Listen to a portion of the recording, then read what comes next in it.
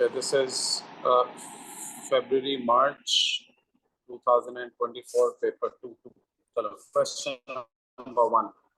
It says bismuth is group 15, element of group 15 in periodic table, has metallic bonding. Draw a label diagram to show the metallic bonding. बच्चों metallic bonding कैसे show करते हैं? Simple, एक metal को metallic bonding में you just have to draw, like I'm pretty sure you've done this in O levels. You show positive ions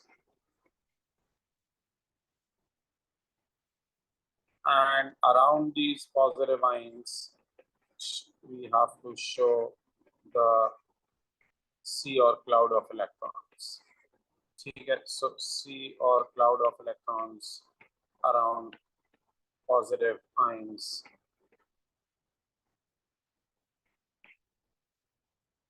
Okay, so that's metallic bonding for you. Chalo. Bismuth reduces water to form bismuth to oxide, a colorless gas that ignites with a sweet heat pop also forms. Simple यार, इसने wordings घुमा के दी हैं. So basically what it says is कि when you add bismuth to water, आप इसको water में add किया, पहला जो product बनता है वो बनता है Bi2O3, खुद ही question में given है, and a colorless gas that ignites with a pop sound. That is what he means by writing sweet heat pop also form, matlab burns with a pop sound, which we all know a colorless gas which burns with a pop sound is hydrogen. ठीक है, आपने इसको balance करना है. यहाँ 2 bismuth आ जाएगा, water के लिए हाइड्रोजन 3 है, ऑक्सीजन 3 है, तो मैं यहाँ 3 लगा दूंगा, हाइड्रोजन 6 हो जाएंगे, यहाँ मैं 3 लगा दूंगा. Okay, everything is given in the question. मैंने कुछ अपनी नॉलेज यूज नहीं की है, क्वेश्चन में जो डाटा गिवन था मैंने उसको यूज करके कॉपी कर दिया. ठीक है, अच्छा जी. BiO2 is a yellow insoluble solid that melts at 1090 K. This is a pretty high melting point, and इतना high melting point का solid जो है वो आपको मालूम है वो ionic bonding होती है. The metallic, अच्छा एक और का वैसे तो giant covalent भी हो सकता है, लेकिन इसने कंफर्म कर दिया कि ionic है. Molten compound conducts electricity. आपको मालूम है कि सिर्फ ionic compound molten state में electricity conduct कर सकते हैं, जो कोवेलेंट होते हैं, जॉइंट कोवेलेंट होते हैं, वो नहीं कर सकते.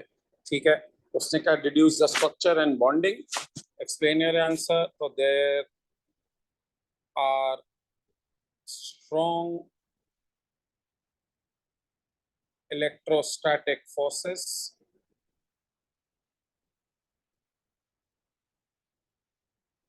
between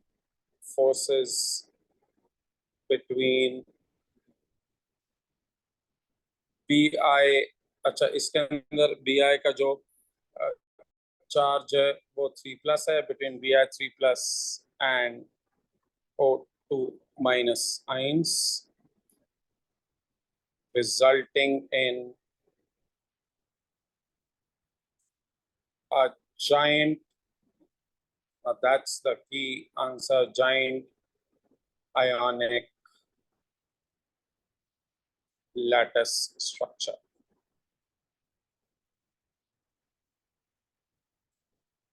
ठीक है, तो हमने उसकी बॉन्डिंग भी एक्सप्लेन कर दी. देयर आर इलेक्ट्रोस्टैटिक फोर्सेस, ठीक है, between this electrostatic forces of attraction. अच्छा, आप चाहें तो ये और फर्दर इलैबोरेट कर दें, ऑफ अट्रैक्शन, ठीक है, बिटवीन Bi3+ and O2-. चलो आगे बढ़ो. Bi2O3 can be used to form NaBiO3 as shown. Reduce oxidation number. बेटा इसके अंदर पूरे कंपाउंड का 0 है, एक ऑक्सीजन का -2 मल्टीप्लाई बाय 3 + 2x. तो यहाँ आप x की वैल्यू निकाल के सॉल्व कर लें, यहाँ पर x की वैल्यू आ जाएगी +3. ठीक है, आप लोग सॉल्व कर लें, इसको नजरिया आ जाएगा. इधर आ जाओ, पूरे कंपाउंड का है 0, एक ऑक्सीजन का -2 मल्टीप्लाई बाय 3, इसको कर देते हैं x, सोडियम का है +1. ठीक है, यहाँ से आप सॉल्व कर लें, x की वैल्यू आ जाएगी +5, तो इधर आ जाएगा +5। ठीक है, अब उसने कहा identify the reducing agent in equation number 1। देखो बेटा, भाई रिड्यूसिंग एजेंट तो वो हुआ ना जो ऑक्सीडाइज हुआ है। जो चीज ऑक्सीडाइज होती है वो रिड्यूसिंग एजेंट होता है। तो ये बी आई ऑक्सीडेशन नंबर तो डिक्रीज हो रहा है ना, तो सॉरी इंक्रीज हो रहा है, डिक्रीज कर रहा है। तो ये बी आई, ये देखो, ये इधर इसका ऑक्सीडेशन नंबर है +3, इधर इसके अंदर अभी हमने निकाला है इसका ऑक्सीडेशन नंबर है +5। तो जब ऑक्सीडेशन नंबर इंक्रीज होता है तो इसमें हो रही है ऑक्सीडेशन, और जिस चीज में ऑक्सीडेशन होती है वो रिड्यूसिंग एजेंट होता है। तो यहाँ पे रिड्यूसिंग एजेंट क्या है, आप यहाँ पे लिख देंगे बी आई। देखो ये पूरा ही है ना, बी आई अलग से तो नहीं है, मैं ब्रैकेट में लिख देता हूँ Bi3+, लेकिन Bi3+ को अलग से तो नहीं है ना, वो कंपाउंड के अंदर ही है, तो पूरा कंपाउंड ही लिखना पड़ेगा। Reducing agent is Bi2। ठीक है बच्चों, समझ में आ गया? चलिए नेक्स्ट पार्ट। अच्छा जी, NaBiO3 is an oxidising agent with similar properties to KMnO4। तो आप इसको बिल्कुल KMnO4 की तरह ट्रीट करें। ठीक है ना? अच्छा भाई, अब ये तुम्हारे पास एक कंपाउंड X है, इसको तुमने NaBiO3 से उसने क्या रिएक्ट किया, उसने कहा शोज एन एग्जांपल, तो ये ऑक्सीडाइजिंग एजेंट है, और यहाँ पर Y और Z बने हैं। अच्छा, पहले तो उसने कहा है कि explain the term oxidising agent. तुम्हें पता है ऑक्सीडाइजिंग एजेंट क्या होता है? ठीक है, a substance which is reduced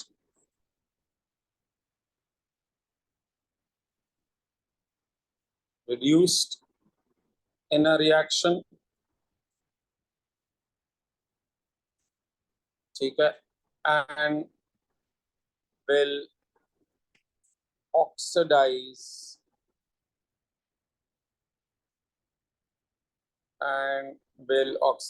the other reactant।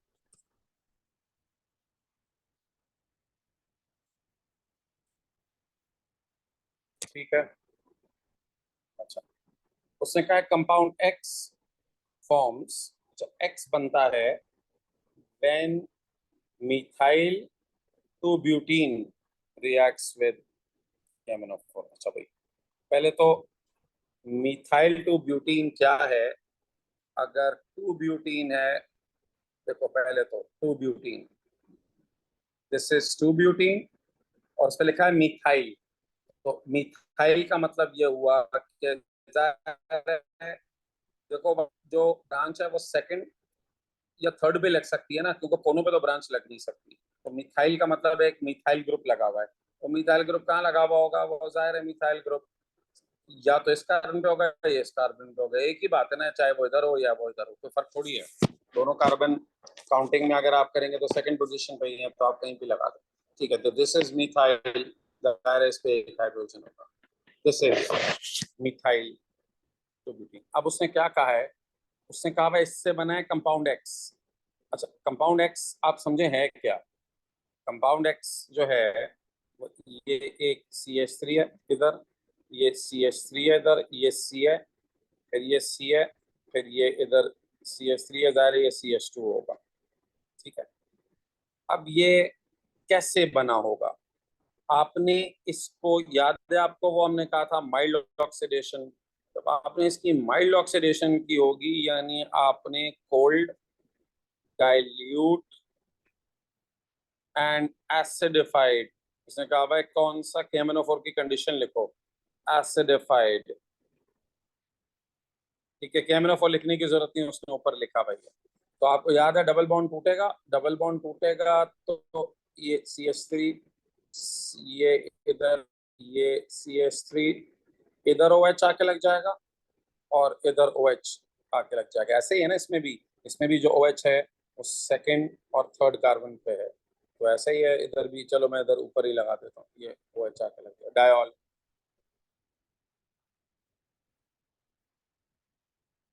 ठीक है, सर में आ रहा है? तो आप देखें ना, ये बिल्कुल वही बन गया ना, एक्सी तो बन गया ये। ठीक है, नजर आ रहे हैं ना? ये देखो, मैं एक दफा और क्लियर कर देता हूँ कैसे वही बन गया भाई। ये दो CH3, ये रहे दो CH3, ये इधर एक CH3, एक इधर एक CH3, फिर C और OH, ये रहा C और OH। ठीक है, फिर उसके साथ C, फिर ये रहा C के साथ OH, ये रहा उसके साथ OH। ठीक है, फिर जाहिर है इसके साथ एक H होगा, वो एक H इधर है, और फिर ये एक CH3, वो CH3 इधर है। ठीक है, तो दिस इज कंपाउंड एक्स जो मैंने अभी बनाया हुआ है। चलो आगे बढ़ते हैं नाउ। चलो ये मैं हटा देता हूँ, ये समझाने के लिए बनाया था मैंने। ठीक है, चलो लेट्स सी आगे। Complete the table 1.1 to show what is observed when compound Y and Z react separately with the name reagent। अच्छा, पहले Y and Z देखें तो सही क्या है सर। Y के लिए यहाँ पर CH3 C डबल बॉन्ड हो, CH3 है, this is Y। Let's make Y है। ठीक है, दिस इज Y। Y क्या है? CH3 C double bond O CH3। It's a ketone, more specifically it's propanone। और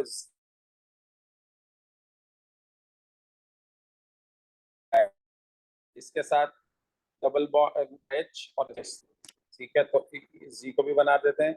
ये क्या है? H C double bond O और इधर CH3। ओके, चलो अब देखो, उसने कहा तुम ऑब्जर्वेशन Z है। बेटा कार्बोनेट जो सिर्फ एसिडिक ग्रुप, ऑर्गेनिक कंपाउंड। ठीक है, और दोनों में ना Y में ना Z में मुझे कोई एसिडिक ग्रुप नजर नहीं आ रहा। तो Y के लिए तो उसने पहले से ही लिखना देंगे। ठीक है, अच्छा भाई। अब अल्कलाइन एक्वस आयोडीन, ये वही ट्राइडोमीथेन टेस्ट। ट्राइडोमीथेन टेस्ट के लिए CH3 C डबल बॉन्ड हो, मुझे इसमें भी नजर आ रहा है, क्योंकि किसी कंपाउंड में यूज हो तो वो पॉजिटिव रिजल्ट, और CH3 डबल बॉन्ड हो मुझे इसमें भी नजर आ रहा है। ठीक है भाई, तो ट्राई आयोडोमीथेन टेस्ट दोनों का आएगा। तो इधर भी येलो प्रेसिपिटेट्स और इधर भी येलो पीपीटी, तो दोनों के अंदर ये CH3 CO वाला ग्रुप मौजूद है। ठीक है, अच्छा अब 2,4-DNPH, any carbonyl compound will give a positive result with 2,4-DNPH। तो एक एल्डिहाइड एक कीटोन है, दोनों कार्बोनाइल ही है ना, तो दोनों ही पॉजिटिव रिजल्ट देंगे। इसका भी ऑरेंज पीपीटी आएगा। ठीक है, इधर भी ऑरेंज पीपीटी आएगा, बोथ कंटेन्स कार्बोनाइल का। टॉलिंस रिएजेंट के लिए सिर्फ एल्डिहाइड पॉजिटिव रिजल्ट देगा। ठीक है, तो टॉलिंस रिएजेंट में Y will show no reaction because उसमें कीटोन ग्रुप है। On the other hand Z के अंदर क्योंकि एल्डिहाइड ग्रुप है, इसलिए वो सिल्वर लेयर फॉर्म कर देगा। सिल्वर लेयर, सिल्वर सरफेस, इसमें आप देख रहे हैं ना, ये एल्डिहाइड है, this one is aldehyde. So aldehyde group gives a positive result, end of course ketone का पॉजिटिव रिजल्ट नहीं आएगा। ठीक है भाई,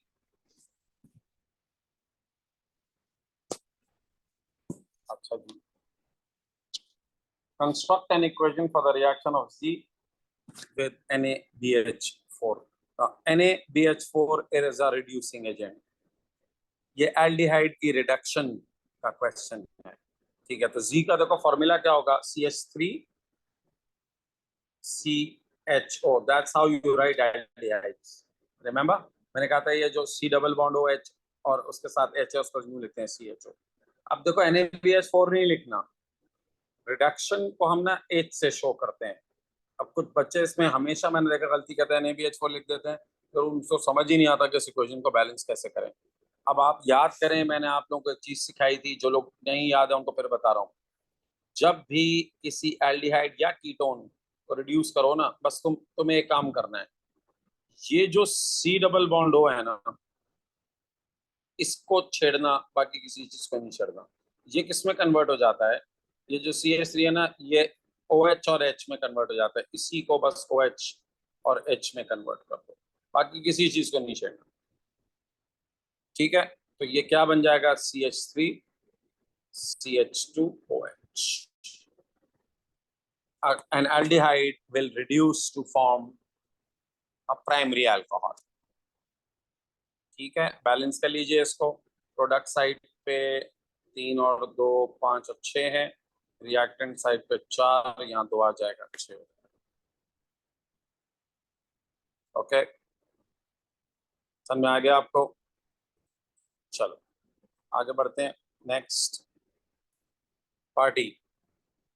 now this is relatively easier moles का क्वेश्चन मैंने लिखा। लोग बहुत उसमें फंस रहे हैं, कुछ बच्चों ने मुझे अलग से मैसेज करके पूछा कि सर ये क्वेश्चन कैसे होगा, मैं आपको अभी समझाता हूँ। वेरी बेसिक मोल्स का क्वेश्चन, टाइट्रेशन के अंदर लैब में भी आपने ऐसे बहुत सवाल किए हैं। देखो, NaBiO3 can be used to determine the concentration of Mn2 plus। The ionic equation for the reaction is shown।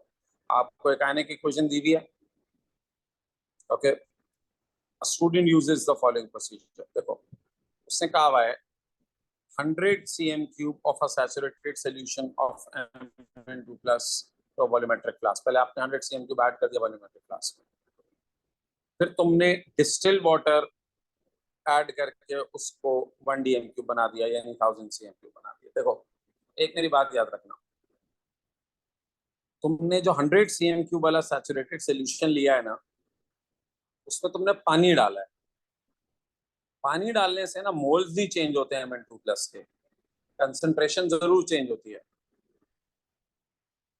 ठीक है, मोल्स Mn2 प्लस के वही रहेंगे। तो अगर मैं 1 dm³ में Mn2 प्लस के मोल निकाल लूंगा, तो इन अदर वर्ड्स 100 cm³ में भी उसके वही मोल्स होंगे।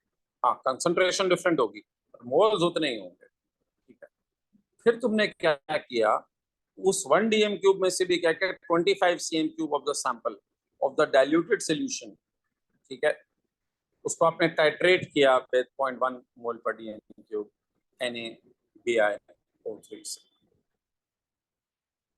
अच्छा देखो, इधर जो BiO3 है ना, वो जाहिर है यहीं से आ रहा है, तो ये इसके जितने भी मोल है, यानी इन अदर वर्ड्स आपने BiO3 से टाइट्रेट किया। ठीक है, वो आपको बस Na स्पेक्टेटर होता है, इस वजह से इक्वेशन में वो शो नहीं करता है। ठीक है, 25 cm³ of the dilute solution of Mn2 plus, इसका 25 cm³ reacts completely with 21.50 and 0.1 मोल पर dm³ NaBiO3। Calculate the concentration in mole per dm³ of Mn2 plus in saturated solution। इसमें saturated solution में निकालना है। ठीक है, चलिए इसको कर लेते हैं, आसान सवाल है, कोई सवाल नहीं है। देखो, इसको मैं जरा यहाँ 2 पार्ट में ब्रेक कर देता हूँ। ठीक है, चलो देखो, इसको सबसे पहले मैं निकाल लेता हूँ मोल्स ऑफ NaBiO3 या simply moles of BiO3 minus. ठीक है, पहले जरा ये निकाल लेते हैं, सिंपल है। कैसे निकलेंगे, इसके mole volume into concentration divide by 1000। इसका वॉल्यूम कितना है, इसका वॉल्यूम है 20, ये CV का फॉर्मूला होगा ना, CV कंसंट्रेशन है इसकी 0.100 मल्टीप्लाई बाय 21.50 डिवाइड बाय 1000, क्योंकि वॉल्यूम cm³ में है, इसको dm³ में कन्वर्ट करना है। ठीक है, इसको आप सॉल्व कर लें तो इसके मोल आ जाएंगे 0.00215। आप भी अपने पास इसके मोल चेक कर लें, अगर ये चेंज हो रहे हैं तो मुझे प्लीज मैसेज करके ग्रुप पे बता दें। ठीक है, अच्छा, अब निकालते हैं हम moles of Mn2 plus in 25 cm3। ठीक है। अच्छा, मैं जरा लिख लिख के कर रहा हूँ, ये एग्जाम में आपको ये सारे इस तरह से हेडिंग डालने की जरूरत नहीं है, मैं समझाने के लिए कर रहा हूँ। बेटा इक्वेशन में देखो, इसका 5:2 का रेशो है ना, तो जितने मोल्स BiO3 के आए हैं उससे रेशो से आप निकाल लेंगे। तो ये कहाँ से आया, ये फ्रॉम इक्वेशन। ठीक है। वंस अगेन एग्जाम में आपको लिखने की जरूरत नहीं है, ये मैं लिख के दिखा रहा हूँ। ठीक है। ये रिएक्ट करता है 2 मोल्स ऑफ Mn2 प्लस। ठीक हो गया। तो तुम्हारे पास यहाँ पर कितने मोल आए हैं, 0.00215 of BiO3 minus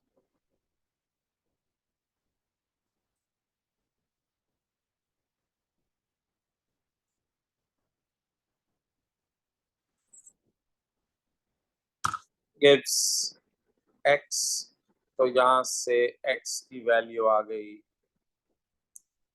sir x की वैल्यू निकाल लें, 2/5 इंटू 0.00215।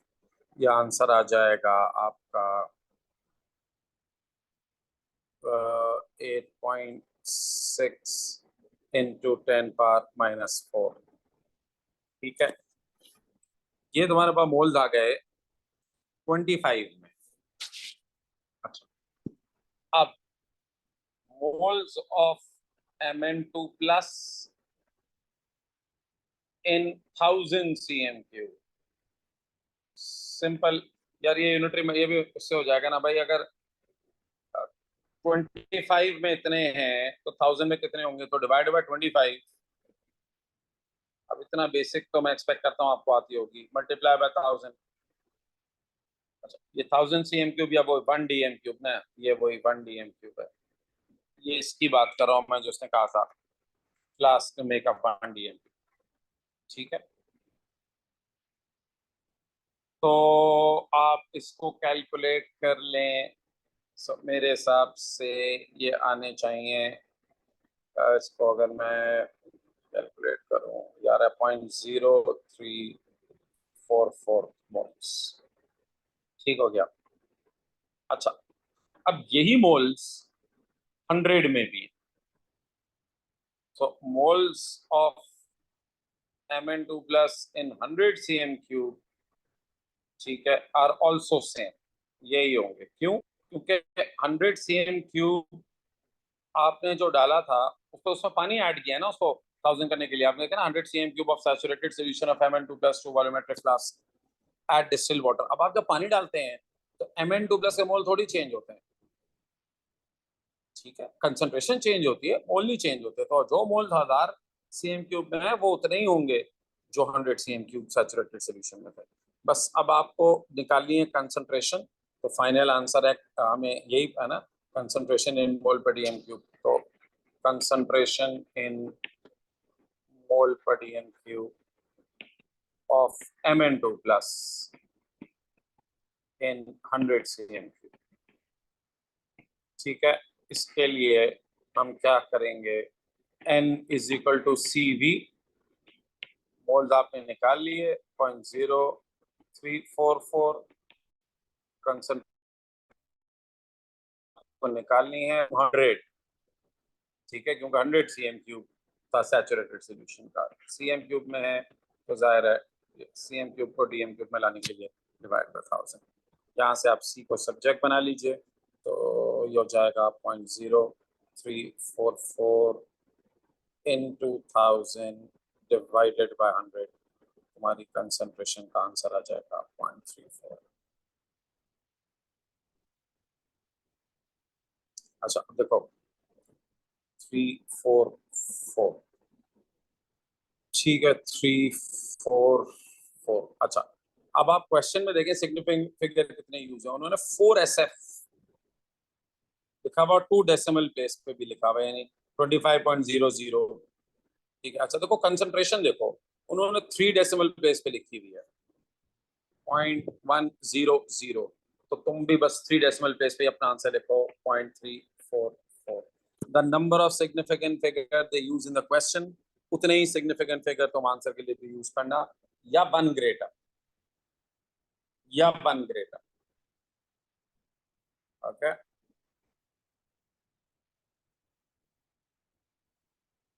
चलो अब मैं आगे क्वेश्चन सबको, this was question number 1, 16 mark का क्वेश्चन था। चलो आगे बढ़ते हैं, let's move on to question number 2। Question number 2 मेरे हिसाब से जरा आसान सवाल है, ठीक है, one of the easier questions. चलो, chlorine reacts with many elements and compounds to form chlorides. Table 2.1 shows information about some chlorides of period 3। अच्छा जी, पहले सोडियम के साथ क्लोराइड क्या होगा, NaCl, ऑफ कोर्स यार बचपन से पढ़ते आ रहे हो। मैग्नीशियम के साथ क्या होगा, MgCl2। और सिलिकॉन के साथ जो क्लोराइड होता है वो SiCl4। Now you need to use your knowledge of period 3, जहाँ हमने क्लोराइड के स्ट्रक्चर एंड बॉन्डिंग पढ़ाए थे। आपको मालूम है ये स्ट्रक्चर क्लोराइड का होता है जॉइंट, लेकिन टाइप ऑफ बॉन्डिंग कौन सी होती है, ionic, joint ionic. Magnesium is also joint and ionic, ठीक है। On the contrary, SiCl4 is simple molecular, ये सिंपल मॉलिक्यूलर होता है, ये जॉइंट नहीं होता, ये सिंपल मॉलिक्यूलर होता है, सिंपल कोवेलेंट होता है। मैंने आपको बताया था SiO2 जॉइंट होता है, लेकिन SiCl4 is a liquid at RTP, it's a simple molecular structure. Often I have seen people writing it as joint, तो बड़ी कॉमन गलती होती है। अच्छा भाई अब आ जाओ, यार पीएच के अंदर भी तुम लोग बहुत गड़बड़ करते हो। देखो मैंने तुम लोगों को जब ये पढ़ा रहा था टॉपिक तो समझाया था, when you add NaCl to water it just break into Na+ and Cl- ions. ना कोई एसिडिक सॉल्यूशन बनता है, ना कोई अल्कलाइन सॉल्यूशन बनता है, तो इसका पीएच होगा 7, ठीक है, बस वाइन से ब्रेक हो जाता है। लेकिन जब SiCl4, तुम जाके अपने नोट्स खोलो, इसका रिएक्शन देखो, इसको जब वाटर के साथ आप रिएक्ट करते हैं ना, ये बैलेंस टू वाटर के साथ होता है, ये SiO2 बनता है प्लस ये बनेगा 4HCl।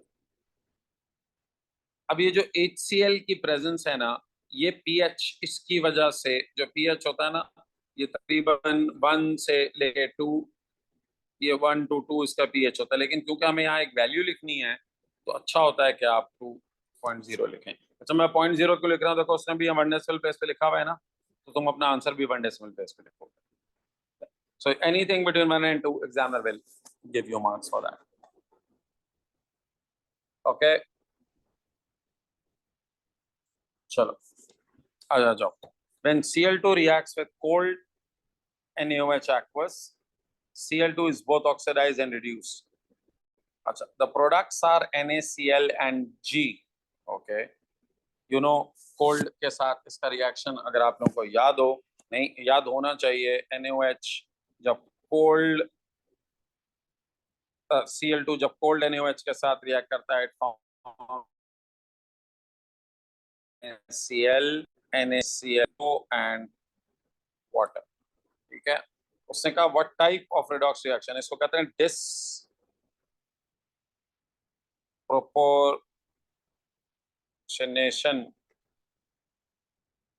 रिएक्शन, ठीक है। A reaction in which the same substance, इसमें क्लोरीन का ऑक्सीडेशन नंबर 0 से -1 भी होता है और +1 भी होता है, ठीक है, सबको पता होना चाहिए।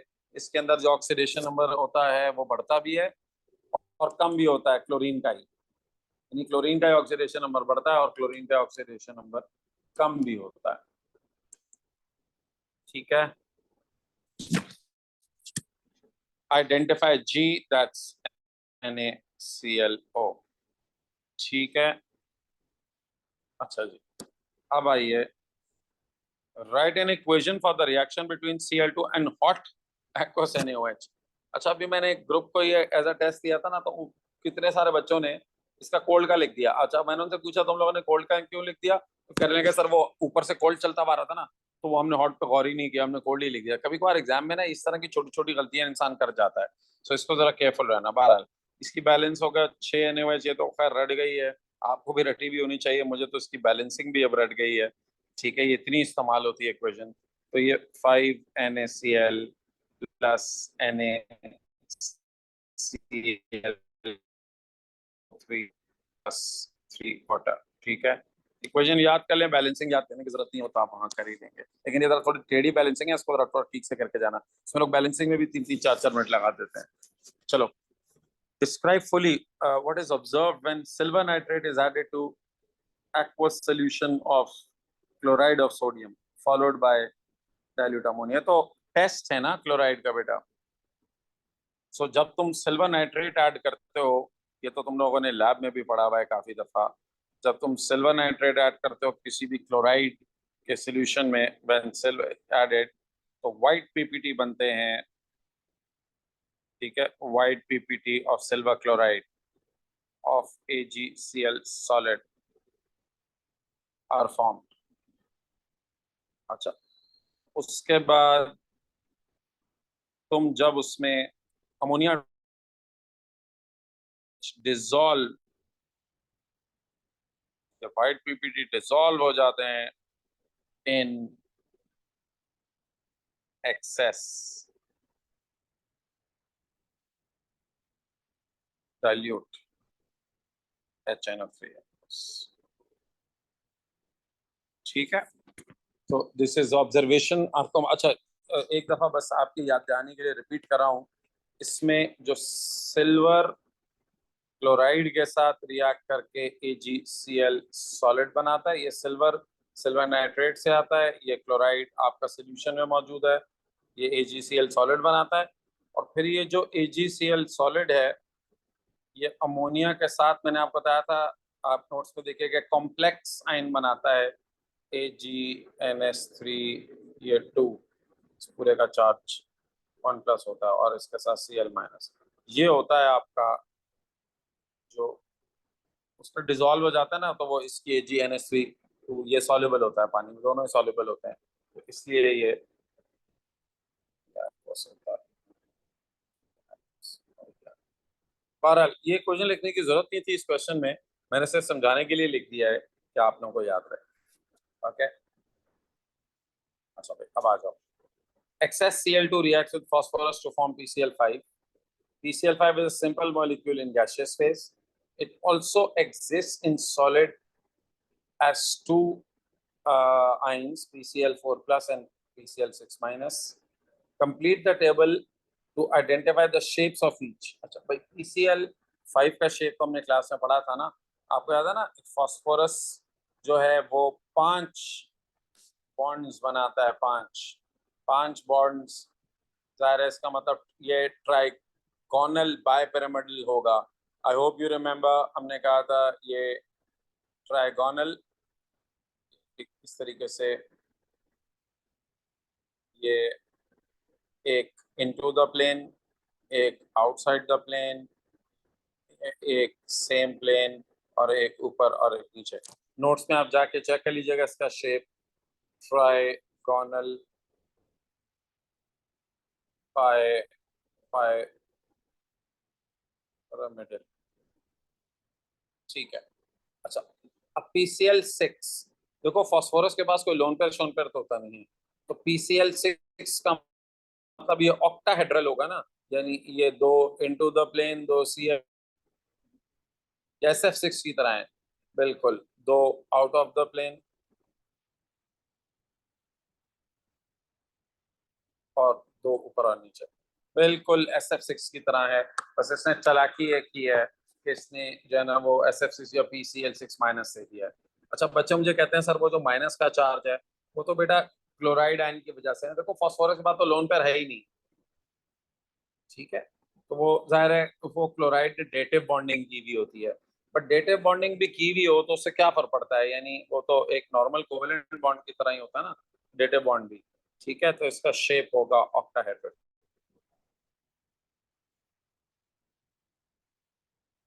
ठीक है, इसके अंदर मैं आपको बता दूं कि ये जो PCl5 होता है ना, ये एक Cl माइनस, ये Cl माइनस के साथ यूं करके बॉन्ड करके ये बना लेता है, यूं करके PCl6 माइनस। ये डेटिव बॉन्डिंग होती है इनके बीच में, डेटिव बॉन्डिंग, ये ऐसे। तो लोन पेयर नहीं होता है इसमें, ये डेटिव बॉन्ड बनाते हैं, ठीक है, ये लोन पेयर नहीं होता। लोन पेयर होता तो फिर जाहिर है इसका शेप फिर ऑक्टाहेड्रल नहीं हो सकता था ना। अच्छा, अब आगे बढ़ते हैं नेक्स्ट। अब उसने कहा PCl5 reacts with J to form H3PO3. Identify J and state the type of reaction. बेटा ये तो PCl5 का रिएक्शन वाटर के साथ होता है ना, वाटर के साथ जब तुम इसमें डिसॉल्व करते हो तो हमने पढ़ा था ये बनाता है H3PO3 फॉस्फोरस एसिड और ये HCl फॉर्म करता है। तो व्हाट वाटर जाहिर है इधर इसके साथ वाटर होगा, वाटर H2O, ठीक है। टाइप ऑफ रिएक्शन ये कहलाता है hydrolysis. This is called hydrolysis, reacting with water. ठीक है बच्चों, next. Cl2 reacts readily with propene to form K। Propene के साथ Cl2 रिएक्ट करके K बनाता है, 1,2-डाइक्लोरोप्रोपेन, ठीक है। K can be used to form L, ठीक है जी, K से L बन गया। अब उसने कहा भाई complete figure 2.2 to show the mechanism of Cl2 with propene. अच्छा जी, प्रोपीन के साथ इसका मैकेनिज्म बनाते हैं, बिल्कुल ये आपको पता है, this is electrophilic addition reaction, याद है ना? चलें याद दिलाते हैं आपको क्या होता था इसमें।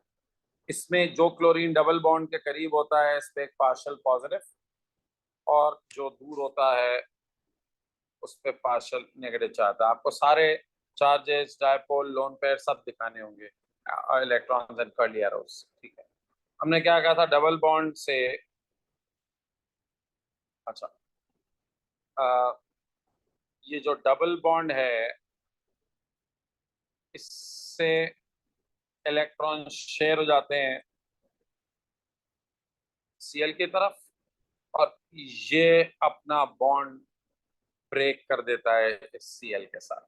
अच्छा, मैंने इस वाले कार्बन के करीब से आरो बनाया है, तुम्हें याद है ना, ये R ग्रुप लगा हुआ है, तो R ग्रुप इलेक्ट्रॉन पुशिंग होता है। मैंने आपको बताया था कि इससे चांसेस कम होते हैं पॉजिटिव लगने के, क्योंकि ये अपने इलेक्ट्रॉन्स को धक्का देता है ना, तो ये इलेक्ट्रॉन डेंसिटी फर्दर पुश होके इस कार्बन की तरफ चली जाती है। तो there is a higher chance कि जो पॉजिटिव वाला Cl है वो लेफ्ट वाले कार्बन पे लगेगा, ठीक है, इस वाले कार्बन पे लगेगा।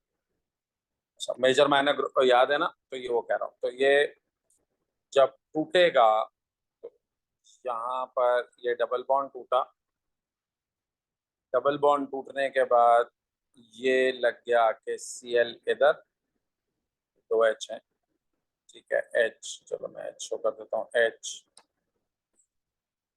एक सेकंड, ये H, ये H, दूसरा Cl इधर आके लग गया। अब ये बन जाता है कार्बोकैटायन, ठीक है, याद है, इधर H और इधर CH3, this is a carbocation, H and CH3। अच्छा, उधर क्या हो जाता है, वो बन जाता है Cl माइनस, ये Cl माइनस, अच्छा इसका लोन पेयर मैं ऊपर दिखा देता हूँ, Cl माइनस इसका लोन पेयर होता है, ये अपना लोन पेयर लेके इस कार्बोकैटायन को अटैक करेगा और फिर फाइनली ये Cl यहाँ पे जुड़ जाएगा। ठीक हो गया, मैकेनिज्म है ये, इसको जाकर देख लीजिएगा। Identify the reagent and conditions for reaction number 2। अच्छा भाई, अब ये रिएक्शन नंबर 2 में क्या हुआ है जरा देखते हैं। देखो यार, पहले इसको समझ लो कि रिएक्शन नंबर 2 में हो क्या रहा है। ये जो के है ना, अच्छा मैं आपको बताता हूँ ये के क्या है भाई। इधर ये सी, आप लोगों को जरा इसको समझना होगा, ये CH3, ये CH2, ये CH2 और फिर ये Cl। यानी चले मैं इसको जरा यूं करके बनाता हूँ, इधर से Cl, ठीक है, इधर CH3, इधर आ जाइए, फिर ये CH C2 3, ये CH है, CH। उसके बाद फिर एक CH2, ये वाला CH2, फिर ये वाला CH2 दिया ना, ये CH2 और ये Cl। अच्छा मैं Cl चलो नीचे लगा देता हूँ आपको समझाने के लिए। Cl इधर, ये CH2। अब देखिए डबल बॉन्ड ना एक ही आ रहा है, वो डबल बॉन्ड आ रहा है इस कार्बन और इस कार्बन के बीच में। ये होती है एलिमिनेशन, याद है? इधर से निकलेगा हाइड्रोजन, इधर से निकलेगा क्लोरीन, और जब ये निकलेगा तो ये CH3, देखो ये CH3 ये रहा, ये CH3, फिर Cl और H, ये Cl और इसके साथ एक H, फिर ये डबल बॉन्ड आ गया और ये हो जाएगा CH2, तो ये डबल बॉन्ड CH2। तो हमारा ये हो रहा है reaction number 2, this is reaction 2, ये हो रहा है रिएक्शन नंबर 2। ठीक है, इसको कहते थे, आपको याद होगा, this is an elimination reaction, जिसके अंदर से एक से H निकला, एक से Cl निकलता है। इसकी क्या कंडीशन होती थी?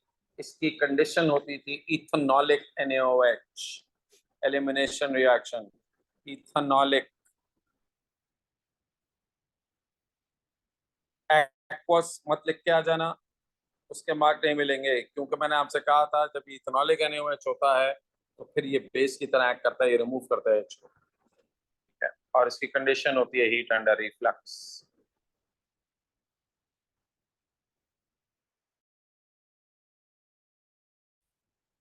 ठीक है, उसने कहा draw one repeat unit of addition polymer that forms from L। अच्छा भाई L, L क्या बन गया अब हमारे पास? L इज दिस, ये है ना L। ठीक है, मैंने इसको पूरा बना दिया, मैं इसको जरा L को वापस ड्रॉ करता हूँ। H, एक H ज्यादा बना दिया ना, ये है। तो L क्या है? L, L इज, ये इधर लगा हुआ है CH3, मैं इसको जरा यूं ड्रॉ कर देता हूँ। L इज ये यूं है, डबल बॉन्ड है, देखो ये इधर ना CH3, फिर इसके साथ Cl, इसी कार्बन पे CH3 लगा हुआ है, इसी कार्बन पे Cl लगा हुआ है, तो इसी कार्बन पे Cl लगा हुआ है, इसी कार्बन पे CH3 लगा हुआ है। ठीक है, CH3, और फिर ये जा रहे हैं CH2, डबल बॉन्ड इधर CH2। अब जब इसके n number of monomers react करेंगे, इसका डबल बॉन्ड टूटेगा, इधर Cl, इधर CH3, आपको पता डबल बॉन्ड टूटते हैं आप, और बस इसकी एक एक यूं करके वैलेंसी खा देते हैं। अच्छा, ये तो इसका हो गया ना पॉलीमर, ये तो पॉलीमर है, ये रिपीट, एक रिपीट यूनिट नहीं है। सो वन रिपीट यूनिट, इसका रिपीट यूनिट क्या होगा? रिपीट यूनिट क्या होगा इसका? बस आप ब्रैकेट हटाएंगे, ये सर। अच्छा देखो बच्चों, मैं क्लास में सब कुछ इसलिए कर रहा हूँ तो तुम्हें समझाने के लिए, तुम्हें एग्जाम में ये करने की जरूरत नहीं है, ये सब तुम्हें एग्जाम में करने की जरूरत नहीं है। ठीक है, ये सर मैं तुम्हें समझाने के लिए कर रहा हूँ, तुम डायरेक्ट इसका बस रिपीट यूनिट बनाओ, दैट्स इट। तुम्हें एक मार्क के लिए सब कुछ करने की जरूरत नहीं है। चलो आगे बढ़ते हैं। That's question number 2, it's an 18 mark question. तो क्वेश्चन नंबर 1 इसका 16 मार्क का था, क्वेश्चन नंबर 2 18 मार्क का था। ठीक है, चलो आ जाओ क्वेश्चन नंबर 3 पे। Nitrogen is generally unreactive molecule but it does react in certain conditions. There are two reasons to explain the lack of reactivity. बेटा एक तो तुम्हें मालूम है इसकी बहुत हाई एक्टिवेशन एनर्जी होती है due to strong triple bond. High activation energy because of strong nitrogen का ट्रिपल बॉन्ड। और दूसरा ये नॉन पोलर है, it is non polar. Non polar होने की वजह से भी जाहिर है बहुत सारे पोलर सब्सटेंसेस हैं जिससे रिएक्ट नहीं कर पाता।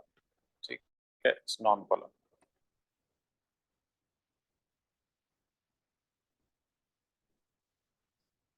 चलो आगे बढ़ते हैं।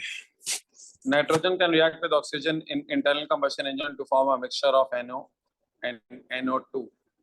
अच्छा, reaction 3.1 shows reaction scheme involving nitrogen। अच्छा भाई, उसने खुद ही अब आपसे कह दिया है, right an equation two show the formation of mixture. So nitrogen oxygen के साथ बर्न करेगी, सवाल में लिखा हुआ है, और कहा हुआ है NO and NO2 बनता है, तो एक NO बना दो, एक NO2 बना दो और बैलेंस कर दो, बस किस्सा खत्म। ठीक है। सो दो नाइट्रोजन रिएक्टेंट साइड पे, दो प्रोडक्ट साइड पे, तीन प्रोडक्ट साइड पे ऑक्सीजन है, तो यहाँ कर दो 3/2, बस बैलेंस हो गई। उसके बाद कहा है give the formula of the products of reaction number 2। अच्छा भाई, रिएक्शन नंबर 2 क्या है? जब NO2 को आप पानी में डालते हैं तो ये दो प्रोडक्ट्स बनाता है। एक बनाता है ये HNO3 और दूसरा बनाता है ये HNO। ठीक है, इसको अगर आप बैलेंस करेंगे ना तो ये 2 इधर आ जाएगा, हो जाएगी ये बैलेंस। ठीक है। अच्छा, ये आपका आंसर है ना बेसिकली दिस, तो आपका आंसर तो ये होगा। ओके, दैट्स योर आंसर, ये हमारा आंसर। तो ये आंसर, ठीक है। मैंने तो रिएक्शन लिख दिया आपको समझाने के लिए। चलो, अच्छा, अब state one environmental consequence of reaction number 3। बेटा ये पैन बनता है, मैंने आपको क्लास में क्या समझाया था, जो पैन होता है ना, ये पार्ट ऑफ फोटोकेमिकल स्मॉग। ठीक है, pan is part of photochemical smog और वो ब्रीदिंग डिफिकल्टी कॉज करता है। Pan is a component of photochemical smog, component of photochemical smog which can cause breathing difficulties. Breathing difficulty, prolong इसका exposure जो होता है वो फिर आपको लंग्स की डिजीजेस, ब्रोंकाइटिस वगैरह की तरफ से जाता है। ठीक है, चलिए आगे बढ़ते हैं। Part C. Haber process involves a reaction of nitrogen and hydrogen to form ammonia. The catalyst is used to allow the process to be carried out at a lower temperature and pressure. ठीक है। Use the information in C to complete the table. देखो बेटा, formation इन kilojoule पर मोल।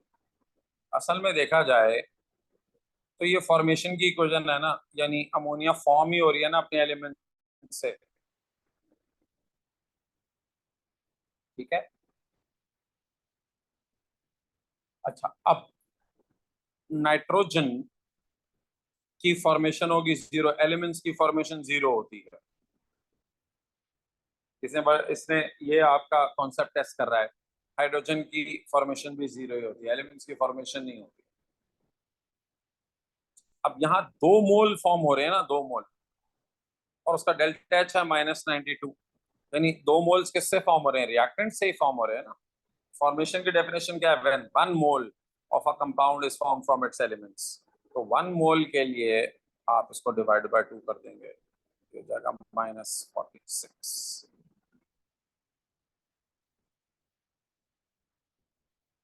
ठीक है, चलिए explain how the presence of catalyst affect the reaction। यार ये आप देखो, इसकी थियरी है, catalyst lowers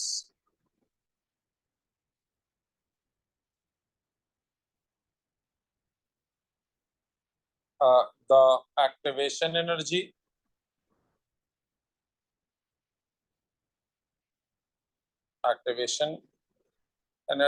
by providing an alternate pathway,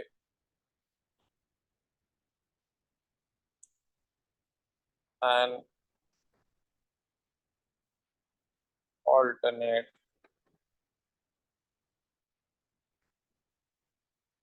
pathway। ठीक है। अच्छा, लेकिन catalyst can not affect the position of the equilibrium. देखो ये मैंने तुम लोगों को समझाया था कि कैटलिस्ट लोअर तो कर सकता है बट वो रिएक्शन को फॉरवर्ड या बैकवर्ड जो वो शिफ्ट नहीं कर सकता। ठीक है, तो it can not however shift या however affect the position of equilibrium, however affect the position of equilibrium। तो समझो ये दोनों को ही तेज कर देता है, फॉरवर्ड को भी और बैकवर्ड को भी। ठीक है,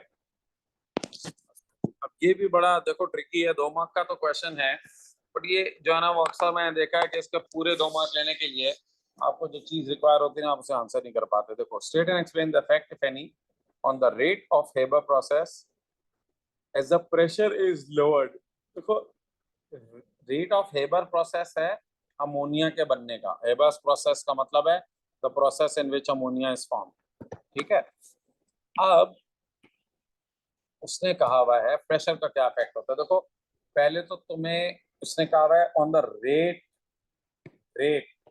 पहले आपको समझाना पड़ेगा कि प्रेशर को लोअर करने का इफेक्ट ऑन द रेट होता क्या है। तो जब आप प्रेशर को डिक्रीज करते हैं, एज प्रेशर इज डिक्रीज्ड, हमें मालूम है कि आपने रेट ऑफ रिएक्शन में पढ़ा है is decreased, the collision frequency decreases।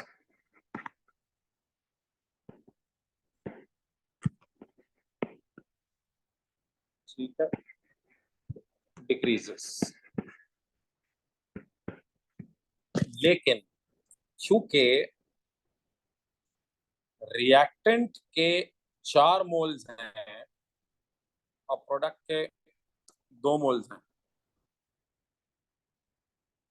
तो जिसके मोल ज्यादा होंगे उसके कोलिजन फ्रीक्वेंसी में ज्यादा डिक्रीज आएगा ना।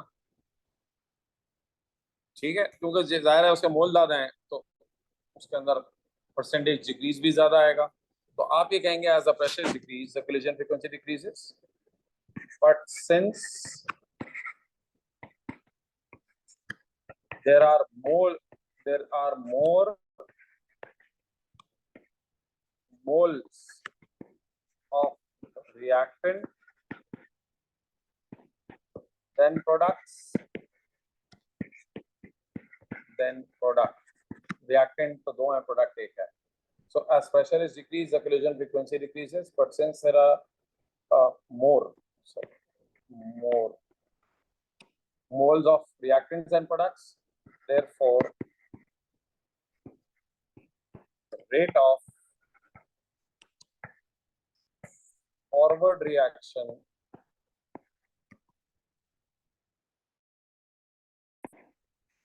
decrease more,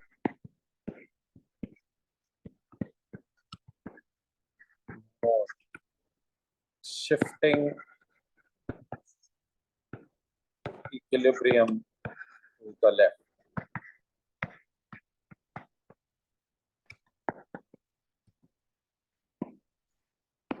ठीक है भाई, हमने ये पढ़ा था ना कि जब आप प्रेशर डिक्रीज करते हैं तो equilibrium shifts towards the side where there are more moles. उल्टा होता है, प्रेशर जब आप इंक्रीज करेंगे तो equilibrium will shift toward the side with less moles. आपको याद है ना, हेबर्स प्रोसेस में हमने पढ़ा था कि जब आप प्रेशर को बढ़ाएंगे तो ये इक्विलिब्रियम फॉरवर्ड शिफ्ट करेगा, लेकिन इस केस में आप प्रेशर को बढ़ा नहीं रहे हैं, आप प्रेशर को कम कर रहे हैं। तो जब आप प्रेशर को कम करेंगे तो ज़ाहिर है इक्विलिब्रियम शिफ्ट करेगा, उसका उस तरफ शिफ्ट करेगा इक्विलिब्रियम जहां पर मोल्स ज्यादा हैं, और यहाँ पर मोल्स जो है वो ज़ाहिर है रिएक्टेंट साइड पर ज्यादा है। ओके, चलो आगे बढ़ते हैं। D part, N2F2 molecule has double covalent bonds between its nitrogen atoms। अच्छा, खुद ही कह दिया उसने डबल कोवेलेंट बॉन्ड है between nitrogen atoms। ठीक है, this consist of a sigma and a pi bond. जी ऐसे ही होता है, आपको मालूम है कि डबल के अंदर एक सिग्मा और एक पाई होता है। ठीक है, अच्छा अब क्वेश्चन में वो क्या कह रहा है, वो कह रहा है complete figure 3.2 to show the dot cross diagram of N2F2 to use outer electrons only. अच्छा मैं डॉट नाइट्रोजन के लिए शो कर देता हूँ, तो डबल बॉन्ड है दोनों के बीच में, क्वेश्चन में लिखा हुआ है। अच्छा फ्लोरीन याद रखो हमेशा सिंगल बॉन्ड ही बना सकता है, तो फ्लोरीन और नाइट्रोजन का सिंगल बॉन्ड, फ्लोरीन और नाइट्रोजन का सिंगल बॉन्ड। अच्छा फ्लोरीन के आउटर शेल में होते हैं 7 इलेक्ट्रॉन, तो एक तो इसने बॉन्डिंग में हिस्सा ले लिया और बाकी 6 रह गए, इधर भी 6 रह गए। नाइट्रोजन के आउटर शेल में होते हैं 5, तो 3 तो बॉन्डिंग में हिस्सा ले रहे हैं, एक नाइट्रोजन के, एक लोन पेयर होगा इसका। ठीक है, तो ये समझो ऐसे है ना, नाइट्रोजन नाइट्रोजन का डबल बॉन्ड है, एक एक लोन पेयर है और एक एक एफ के साथ यूं करके बॉन्ड हुआ। अब this is the key, deduce the hybridisation of nitrogen atoms. अच्छा मैंने तुम्हें कहा था, याद है वो कार्बन के लिए हमने पढ़ा था, मैंने कहा था whenever carbon forms a double bond, ठीक है, and a single bond, it is sp2 hybridise. ये sp2 हाइब्रिडाइजेशन होती है जब एक डबल हो, यानी इन अदर वर्ड, या और आसान कर देता हूँ, जब 2 सिग्मा और एक पाई बॉन्ड होता है तो हम ये कहते हैं sp2। जब ये ट्रिपल बॉन्डिंग करता है ना नाइट्रोजन, तो फिर sp हाइब्रिडाइज होता है। ठीक है, अच्छा फिर उससे कहा हुआ है draw a diagram of pi bond between nitrogen atoms. अच्छा पाई बॉन्ड का देखो एक ही तरीका होता है, मैंने आपको बताया भी था भाई। ये अच्छा ये आपका एक पी ऑर्बिटल है, ये यूं करके ये एक पी ऑर्बिटल है, डम्बेल शेप, ठीक है। ये दूसरे पी ऑर्बिटल के साथ साइडवेज ओवरलैपिंग करता है, ठीक है, लाइक दिस। एक दूसरे के साथ साइडवेज, आपको पता ना, इधर ये आपका इधर न्यूक्लियस होता है यहाँ पे, लेकिन आप इसको ऐसे नहीं दिखाते। मैंने आपको क्लास में भी समझाया था, जब आप इसकी बॉन्डिंग करते हैं ना, तो आप लोगों को ये यूं दिखाना होगा, साइडवेज ओवरलैप ऑफ ऑर्बिटल, ये यूं, sorry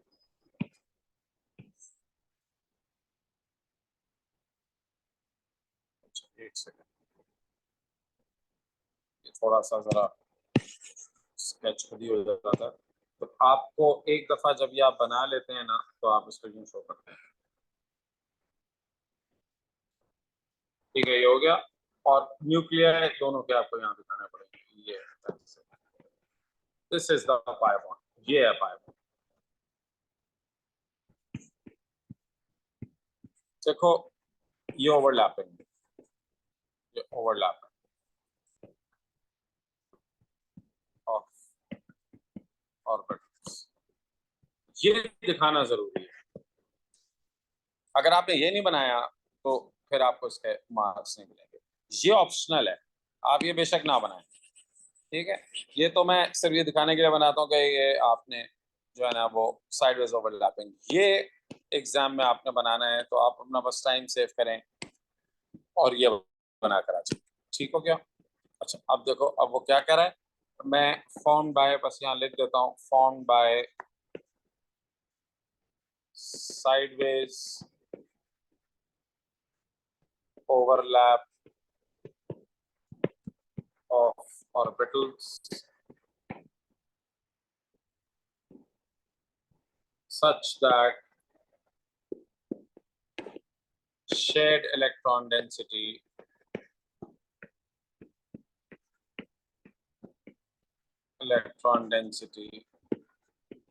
is above and below the nuclei। ठीक हो गया भाई। चलो अब लास्ट क्वेश्चन है इसका, let's finish the last question, question number 4 organic का सवाल है। अच्छा जी चलें, उसने कहा compound S is used in food flavorings, a possible synthesis of S is shown। ठीक है, चलिए भाई मैं इसको बना ही लेता हूँ ना। ये क्या है, देखो ये CH3, ये CH, ये CH, ये CH3, तो ये है ना, ये CH3, ये CH पे डबल बॉन्ड CH और ये CH3, ठीक है। ये है तुम्हारे पास कंपाउंड P। अब यार HBr के साथ रिएक्ट कराओगे तो तुम्हें पता ही है ना, डबल बॉन्ड टूटेगा, डबल बॉन्ड टूटेगा, यहाँ पर आ जाएगा CHBr, वो हो जाएगा CH2 और CH3, यानी डबल बॉन्ड टूटेगा और एक एक हाइड्रोजन आके लग जाएगा, ठीक है। अब चलो, अब यहाँ पहले इसको देखते हैं यहाँ तक ना। अच्छा, इसको बना लेते हैं सबको। ये क्या है, ये CH3 CH2 CH CH3, इसको मैं बना लेता हूँ ना। ये CH3 CH2 CH, अच्छा मैं चलो CN अलग लिख देता हूँ, CN अलग लिख देता हूँ, CH अलग लिख देता हूँ, CH3, ठीक है। और इधर क्या है, CH3 CH2 CH, इधर ही मैं एक दफा आसानी के लिए लिख देता हूँ CH3 CH2, इधर भी चलो मैं अलग से इसको दिखा देता हूँ, मैं जानबूझ के इनको बना रहा हूँ, आगे मुझे जरूरत पड़ेगी। CH3, चलो ये सारे मैंने बना लिए, PQRS सब बना लिए। उसने कहा है complete the table 4.1 bye identifying with the type of stereoisomerism that each molecule shows। अच्छा भाई, स्टीरियो में ज्योमेट्रिक होने के लिए तो डबल बॉन्ड जरूरी है। अच्छा भाई, मुझे नजर आ रहा है इसके अंदर कि जो P है उसमें ज्योमेट्रिक हो सकता है, क्योंकि डबल बॉन्ड जिन दो कार्बन पे है उसके साथ एक H और एक CH3, यानी दो डिफरेंट ग्रुप्स, इधर भी एक H और एक CH3, दो different groups. So of course मुझे नजर आ रहा है कि इसके अंदर P में तो हो सकता है। अच्छा, बाकियों के अंदर तो Q में और R में और S में तो हो ही नहीं सकता ना, क्योंकि कार्बन कार्बन डबल बॉन्ड ही नहीं है, ठीक है। तो उधर मैं टिक नहीं करूंगा, Q पे, R पे और S पे। अच्छा, कुछ बच्चे क्रॉस लगा देते हैं, क्रॉस लगाने की जरूरत नहीं है, सवाल में कहा हुआ नहीं है, बस उसने कहा हुआ है कि विद अ टिक। तो अगर आपका टिक नहीं है तो दायरे क्रॉस लगाने की भी जरूरत नहीं है, बस छोड़ दें उसको। तो ऑप्टिकल के अंदर कार्बन कार्बन होना जरूरी है, कार्बन कार्बन। अब सब में कार्बन कार्बन ढूंढे, क्या आपको P में कोई कार्बन कार्बन नजर आ रहा है? डबल बॉन्ड वाले कार्बन कार्बन हो नहीं सकते, जिसके साथ तीन हाइड्रोजन लगे हैं वो कार्बन नहीं हो सकते, डबल बॉन्ड वाला कार्बन नहीं हो सकता, तीन हाइड्रोजन है कार्बन नहीं हो सकता। तो मुझे P में तो कोई कार्बन कार्बन नजर नहीं आ रहा। Q में मुझे ये वाला कार्बन कार्बन नजर आ रहा है, इसके साथ एक H, एक CH3, एक Br और एक ये पूरी चेन।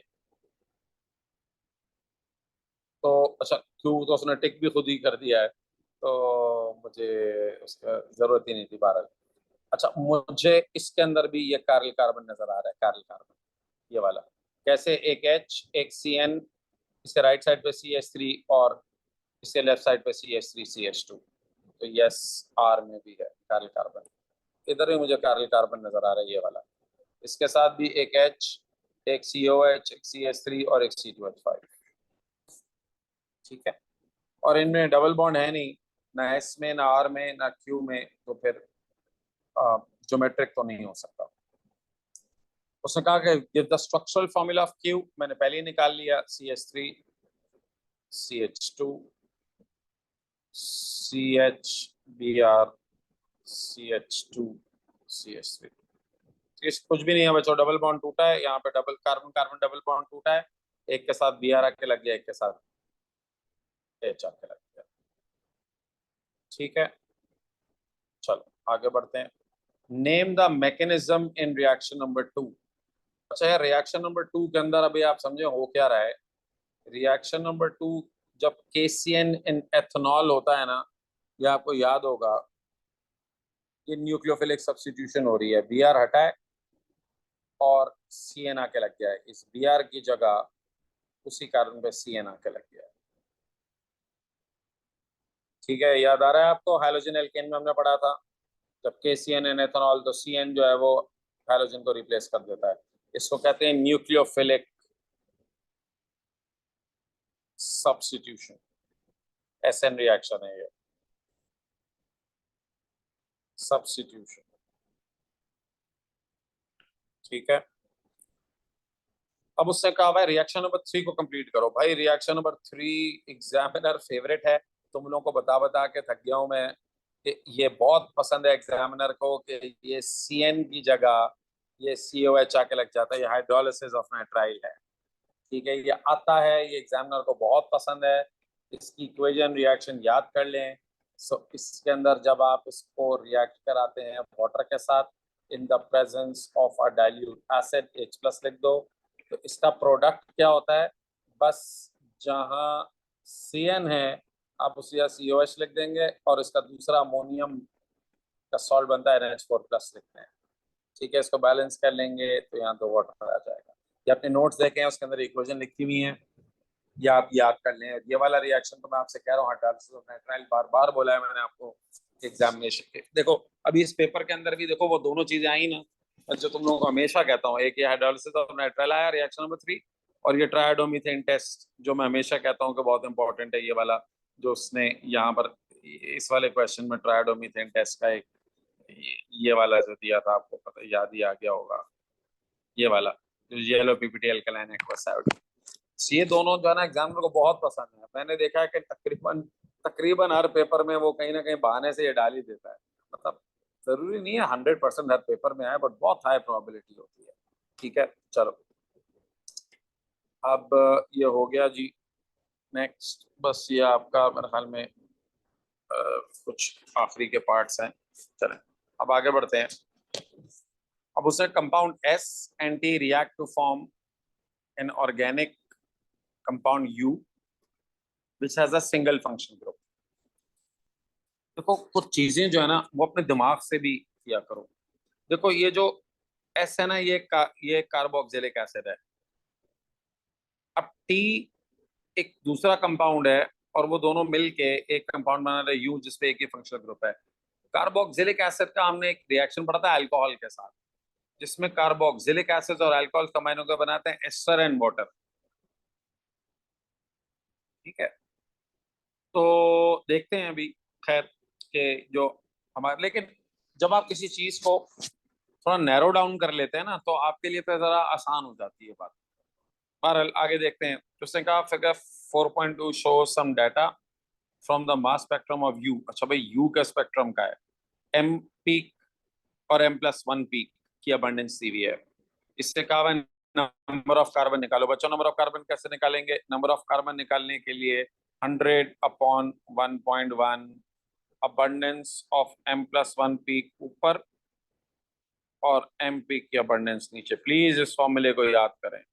सो 100/1.1 ऊपर आ जाएगा 0.55, नीचे आ जाएगा 7.2। इसको सॉल्व करके चेक करें 6.99 समथिंग आएगा। मैं उसको राउंड ऑफ करके कर देता हूँ 7 कार्बन का ये कंपाउंड है यू। अब भाई अच्छा देखो, तुम्हारे कार्बोक्सिलिक एसिड में कितने कार्बन है? कार्बोक्सिलिक एसिड में 1 2 3 4 5। तो इसका मतलब है कि it can be 2 carbon alcohol. मतलब हो सकता है, मुझे नहीं पता, अभी कंफर्म हो जाए। ठीक है, हो सकता है नहीं भी हो, लेकिन अभी कंफर्म हो जाएगा कि है या नहीं है। अब उसने कहा हुआ है कि आपको इंफ्रारेड स्पेक्ट्रम दिया हुआ है, shows infrared spectrum of you. ये उसने आपको उसका टेबल भी डाल के दे दिया है जो डाटा बुकलेट में होता है, और आपसे कहा हुआ है use figure 4.2 and table two identify the functional group present in U. देखो मैं पहले एस्टर को चेक करता हूँ। ठीक है, क्योंकि मुझे काफी डाउट है कि ये एस्टर है, तो मैं एस्टर को चेक करता हूँ। एस्टर का जो CO होता है उसकी पीक 1040 से 1300 की रेंज में लाया करती है। लेट्स चेक इस रेंज में पीक है या नहीं है। ये वाली पीक इस रेंज में है, देख लो, अराउंड अराउंड 1200 है। एग्जैक्टली 1200 तो नहीं है, ये अराउंड 1200 है। ये किसकी पीक हो गई? ये पीक हो गई एस्टर की। लेकिन एस्टर की भी किसकी? एस्टर का उसने कहा हुआ है कि CO की पीक है, ये वाली CO की पीक। तो देखो मैं यहाँ क्या लिखूंगा, मैं पहले यहाँ लिखूंगा द पीक बिटवीन अच्छा क्या रेंज है? 1040 to 1300, between 1040 so 1300, ठीक है, corresponds to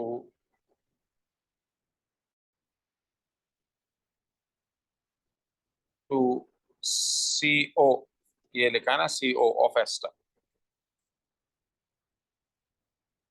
अच्छा भाई, अब अगर CO है तो क्या होता है ना, COO, तो C डबल बॉन्ड O भी होना चाहिए, तो चेक करते हैं। तो C डबल बॉन्ड O की रेंज है 1710 से 1750, तो आपको 1710 से 1750 ये नजर आ रही है, ठीक है, ये इसकी भी कंफर्म हो गई। तो द पीक बिटवीन 1710 तकरीबन इसने कहा हुआ है टू 1750,